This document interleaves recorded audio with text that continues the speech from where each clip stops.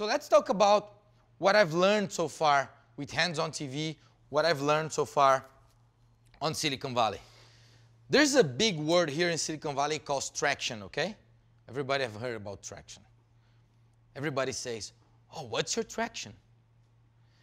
On the time I came here, I was like, you know, I don't need money from investors, so I'm going to fund my own company.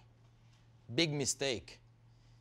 Because the second thing that I've learned from Tommaso Di Bartolo, which is over there, the founder and CEO of Swag, was traction is about the team.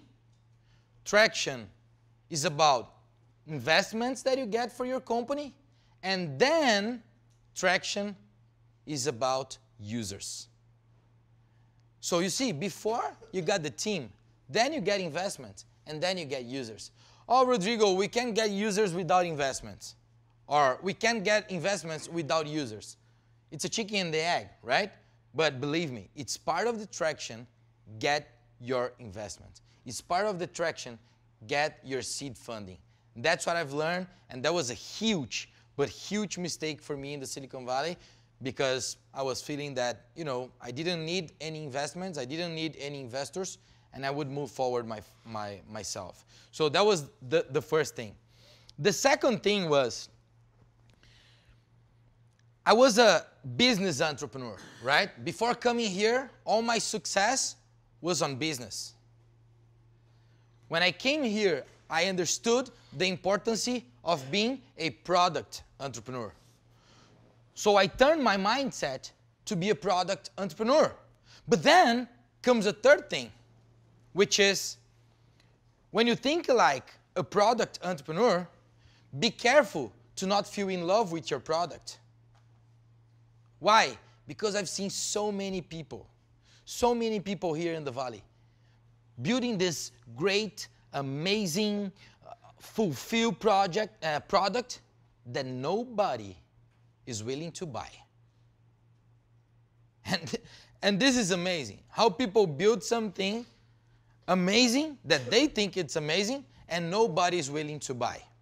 And then comes another thing, which is, as an entrepreneur, as a CEO, as a founder, you really need to empower. You need to believe in your vision. You need to be like crazy enough to do something that other people don't believe, but at the same time, you need to understand how are you thinking? How excited are you about what you're doing after a week, after a month, after 6 months? Because your excitement and the excitement of your team is what is going to show you which direction you should go. So let's say you're not being so excited, because it's going to happen, right? It's going to happen. 1 week, you're not going to be as excited as you were like 2 weeks ago. So it's going to happen. You're not going to be that excited.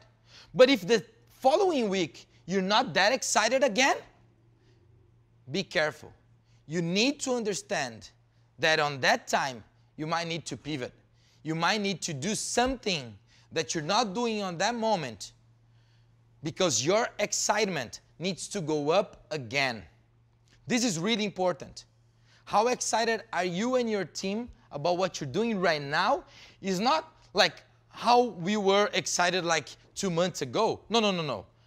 How excited are you right now? How are your colleagues in your team waking up and saying, man, I'm going to execute this vision today because I love it. This is a great vision. We're doing so great. We're doing amazing. How excited are you? And this is really important for you. So this is another lesson that I've learned here in Silicon Valley. Another thing is to believe in what people don't believe. Believe in what people don't believe. Okay? There are two things that I can see nowadays that you can build a product. First of all, you say, I'm going to stay here in Silicon Valley. I'm going to build a worldwide product. So then you believe in what people don't believe. And there are another thing. You go back to your country. I don't know where you guys from, but you go back to your country and do something that is going well right here, right now, and you execute that in your country. The copycat. A lot of people are doing it, and a lot of people are doing great with it. It's not wrong on it. but you need to understand what you want to do.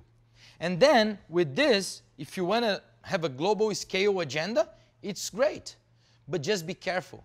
Because it's not only having the right vision for a global scale agenda, it's how you execute that vision tomorrow, today, tomorrow, the day after tomorrow. And what I've learned also is that you should do that in a small group of people. Don't try to execute your vision in a big group of people, because probably you're going to make a lot of mistakes and you will not learn from it. Because making mistakes is good. The problem is if you do not learn from it. Okay? That's the problem. So try to work in a small group of people, and that's the way you're going to learn from it.